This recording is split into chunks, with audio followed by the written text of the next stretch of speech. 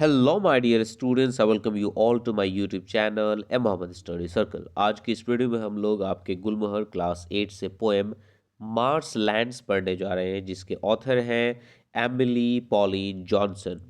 तो हमारी author Emily Pauline Johnson इस पोएम मार्स लैंड में एक दलदल भूमि की खूबसूरती को बताती हैं। वो बताती हैं कि एक वेट लैंड, एक दलदल भूमि कितना खूबसूरत दिखाई दे सकता है अगर उसको ध्यान से देखा जाए तो। आपको ये जो पिक्चर दिख रहा है वो एक दलदल भूमि का पिक्चर है, एक वेटलैंड का पिक्चर है। और इसकी खूबसूरती को बड़े ही प्यार से, बड़े ही मनमोहक अंदाज में हमारी पोएटेस, हमारी ऑथर एमिली पॉलिन जॉनसन ने हमें दिखाया है। तो बेसिकली ये जो हमारा पोएम है वो एक सोनेट के फॉर्म में है। इसमें टोटल 7 कपलेट्स दिए गए हैं। कपलेट्स हम लोग दो दो लाइंस को कहते हैं, जिसमें एक राइम स्कीम देखने को मिलता है। तो ये जो हमारा पोएम है उसमें एक प्रॉपर राइम स्कीम फॉलो कर रहा है। A B B C C D D E F F, इस तरह करके राइम स्कीम फॉलो कर रहे हैं, ठीक है। और कपलेट को हम लोग हिंदी में दोहा कहते हैं। तो चलिए हम लोग इस पोएम को पढ़ते हैं और इसके लाइन बाय लाइन मीनिंग को समझने की कोशिश करते हैं। जो फर्स्ट कपलेट है, इसको पढ़ने पढ़ने के बाद इसका मतलब हमें ये पता चलेगा। चलो पहले पढ़ लेते हैं। A thin wet sky that yellows at the rim and meets with sun lost lip at the marsh's brim.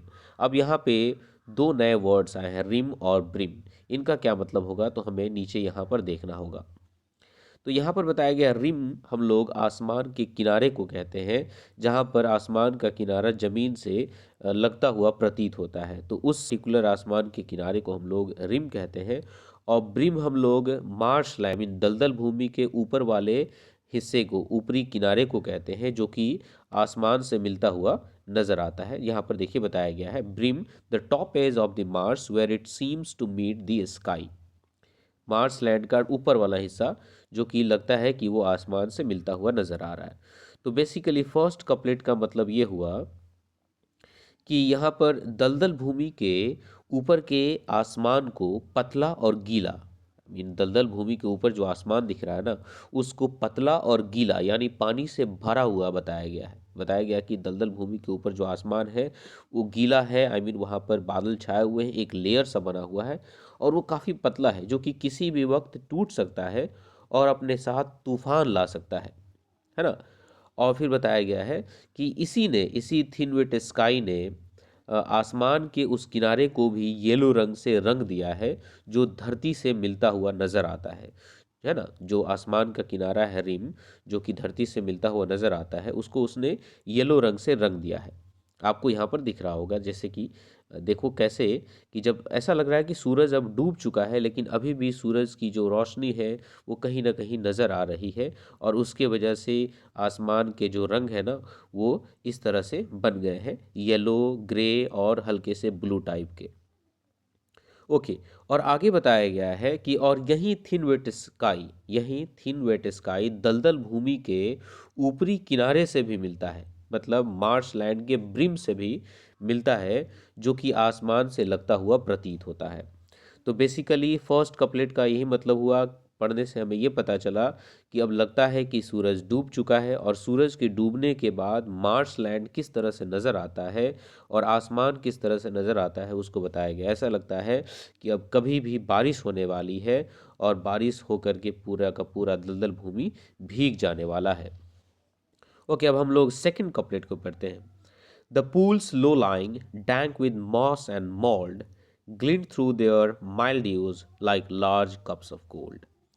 अब यहाँ पर बताया गया कि दलदल भूमि में नीचे की तरफ जो छोटे छोटे तालाब या पानी के गड्ढे हैं, वो बहुत ही बुरी तरह से ठंडे हैं, डैंक हैं, और काई से, मॉस से और मॉल्ड, काई, मॉस मीन्स होता है काई और मॉल्ड मीन्स होता है फफूंद।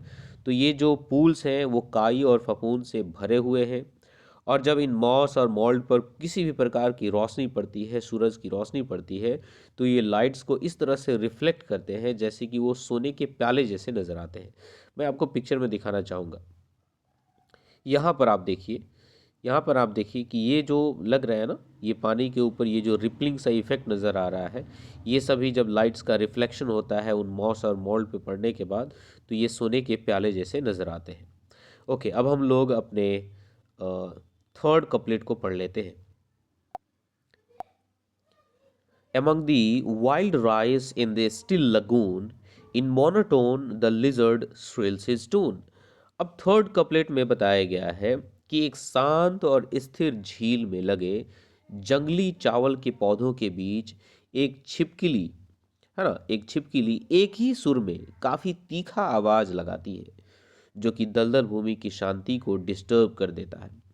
Among the wild rice in the still lagoon, lagoon means होता है झील। तो एक छोटा सा स्थिर सा शांत सा खामोश सा झील है, उसमें जंगली चावल लगे हुए हैं और वहाँ पर एक छिपकली है उसमें, जो कि काफ़ी तीखा आवाज़ लगा रही है, जिसकी वजह से पूरे के पूरे वेटलैंड का, पूरे के पूरे मार्श लैंड्स का जो शांति है वो भंग पड़ जाता है। उसके बाद हमारा नेक्स्ट कपलेट है, couplet number 4। The wild goose homing seeks a shelter. यहाँ पर एक जंगली हंस है जो कि अपनी लंबी यात्रा के बाद अपने घर वापस लौट रहा है। So the wild goose homing seeks a sheltering where rushes grow and oozing lichens cling. अब देखो यहाँ पे होमिंग का मतलब होता है, मतलब लंबी यात्रा से वापस घर लौटना। रशेज क्या होता है? रशेज एक प्रकार का जंगली घास होता है जो कि वेटलैंड्स में उगता है, पनपता है। और लाइकेंस क्या होता है? एक प्रकार का पौधा होता है, एक प्रकार का शैवाल होता है जो कि ट्री टॉप्स के ऊपर ये पसरा हुआ होता है। तो क्योंकि ये जो हमारा जंगली हंस है वो काफ़ी लंबी यात्रा को तय करके आ रहा होता है और उसके रास्ते में जब ये वेटलैंड पड़ता है तो वो सोचता है कि आज रात मैं यहीं पर रुक जाऊं, और रुकने के लिए वो इस वेटलैंड में क्या करता है, एक शरण की तलाश करता है, एक शेल्टर की खोज करता है, और उसके लिए वो रशेज में जाता है, जो जंगली घास उगे हुए हैं वहाँ पर जाता है और रात बिताता है। Next couplet. Late cranes with heavy wing and lazy flight sail up the silence with the nearing night। अब धी अब धीरे धीरे रात होने वाली है। अब धीरे धीरे क्या होने वाली है? रात होने वाली है। और जो क्रेन बर्ड्स हैं वो काफ़ी दूर से ट्रैवल करते हुए, उड़ते हुए आ रहे हैं। अब उनके पंख जो है, उनके जो विंग है वो हेवी हो गए, मतलब उनके विंग अब थक चुके हैं, इसलिए वो लेजली फ्लाइट कर रहे हैं, धीरे धीरे उड़ान को भर रहे हैं। और जब वो यहाँ पर इसके पास में आते हैं, इस खामोश, इस शांत से दलदल भूमि के पास आते हैं, तो इसके ऊपर बड़ी ही खामोशी से उड़ जाते हैं। And like a spirit swathed in some soft veil steals twilight and its shadows over the swale। अब यहाँ पर swathed का क्या मतलब होगा? देखिए यहाँ पर बताया गया है। swathed मीन्स होता है कवर्ड, ढका हुआ होना। स्टील्स मीन्स होता है Twilight sets in quietly before anyone notice, कि इससे पहले कि कोई देखे, इससे पहले कि कोई नोटिस करे, जो गोधूली बेला होती है, जो ट्वाइलाइट जो होती है, मतलब सूरज के डूब जाने के बाद जो हल्की सी रोशनी होती है, वो एक घूंघट को कवर करते हुए आती है और वो पूरे के पूरे हमारे मार्स लैंड को क्या कर लेती है?